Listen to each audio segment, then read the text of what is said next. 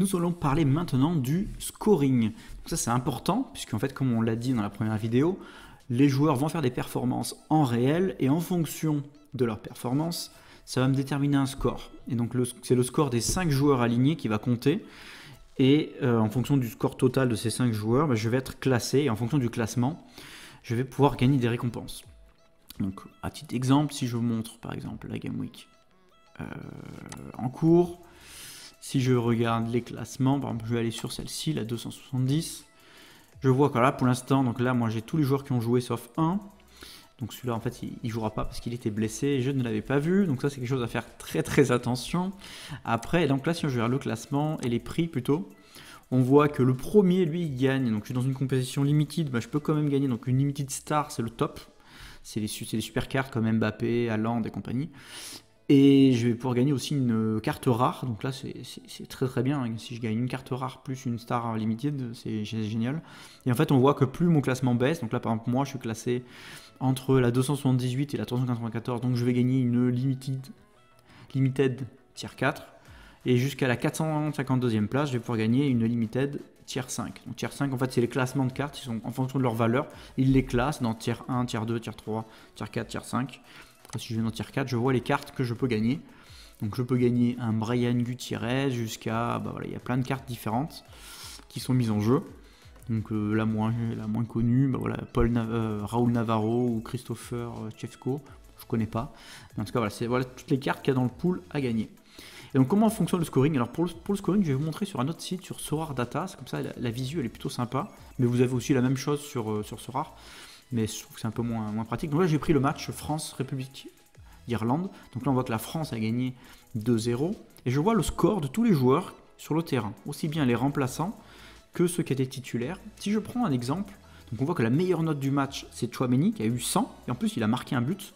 Et si je regarde un peu comment c'est foutu, je vais cliquer sur Mbappé, et je vois que Mbappé, en fait, il a 2 scores. Il a ce qu'on appelle un decisive score, et il a un all-around score. Donc le decisive score, en fait, c'est, on va dire, c'est le score principal, et c'est en fonction des actions décisives qu'il a fait sur le terrain. Donc typiquement, si déjà il commence le match titulaire, il va avoir 35 de decisive score. Alors que s'il commence remplaçant, il va avoir 25. Et ensuite, on va additionner. Donc je vois qu'il va mettre un but. En fait, il va passer d'un level. Et je vais vous montrer un petit peu la grille. Et en fonction de ce level, il va passer. Donc là, par exemple, le level 0, c'est 35 points. Level 1, donc il a mis un but. Donc il passe à un level au-dessus. Il passe à 60. S'il met un deuxième but, c'était une assist, mais bon, peu importe. S'il met une deuxième assist, il va passer au level 2. Level 2, c'est 70 points. Donc là, je vais vous montrer la grille après. Et en plus de ça, on va additionner ce qu'on appelle le all-around score. Donc là, le all-around score, en fait, c'est plein de toutes petites stats qui sont valorisées en points. Par exemple, si je prends en attaque, il a gagné 13 points de all-around score. Pourquoi? Il a fait un tir cadré. Un tir cadré, c'est 3 points. Donc plus il fait des tirs cadrés, plus il gagne des points. Un autre exemple, il a tenté il a failli faire une passe décisive. Donc là, il en a fait 5 fois et c'est 2 points, donc ça lui fait 10 points. Voilà. Après, il a raté par exemple aussi une grosse occasion. Donc là, il devait être en gros près du gardien en face à face. Des fois, c'est le gardien qui fait un super arrêt, donc c'est un peu frustrant. Et là, par contre, ça va être du négatif, ça va faire moins 5 points. Voilà. Après, pareil, donc il y a plusieurs choses. Donc là, je vous ai mis. Donc là, Sorare explique ça dans sa grille de scoring.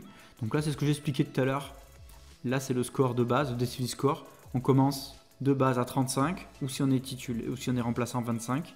Dès qu'on fait une action décisive, donc là, on passe au niveau 1. Donc là, ça nous fait 60, 70, 80, 90, 100. Par contre, si on fait des actions négatives, je prends par exemple un rouge, je mets un but contre mon camp. Donc là, ça fait à chaque fois des négatifs. Donc ça fait si j'ai mis un but, ça me fait plus 1, mais que j'ai mis aussi un carton rouge, je vais prendre moins 1, donc je vais retomber à 35.